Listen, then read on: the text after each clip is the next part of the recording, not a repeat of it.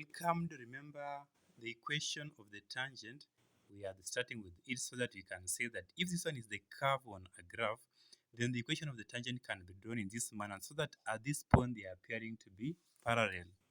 And if they are parallel, then we borrow the issue of parallel lines so that parallel lines, their gradients are normally the same. So you say that the gradient of this curve is the same as the gradient of this line at that similar point. Therefore, if this is the function of that gradient, the function of that curve, so you first find the gradient function. So how do you find the gradient function? You simply differentiate this function once. Remember, to differentiate, you simply take 3 times 2 to get 6, then less here the power by 1 to remain with a square, so that it becomes 6x squared minus 6x minus 12 as the gradient function. Because you have been given this point 1, -1, so replacing the value of x, which is this one, in this gradient function, it will give you the exact gradient as -12. So that this -12, because they are parallel, we now say that the tangent of that point has a gradient which is -12.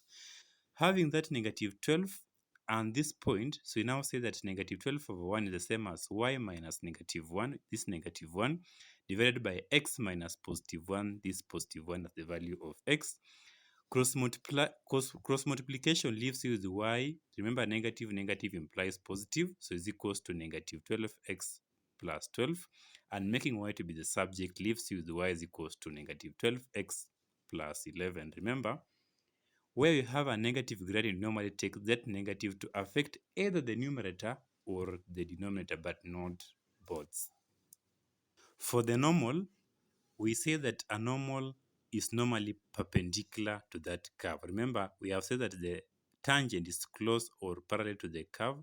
Therefore, a normal is normally perpendicular. So we borrow the same idea of perpendicular line and say that perpendicular line, the product of their gradients, m1, m2 is normally -1. So if our m1 from the previous calculation is -12, then -12 times m2, which is the gradient of that normal, is -1, leaving us with m2 as 1/12. So therefore, 1/12 is equals to y minus the value of y here is -1. So it becomes y minus -1 over x minus 1. Cross multiplication leaves you with 12y plus 12 is equals to x minus 1. Then making y to be the subject becomes y is equals to 1/12 x minus 13/12. Remember, it's good to simplify this one to 1/12. Otherwise, I really appreciate.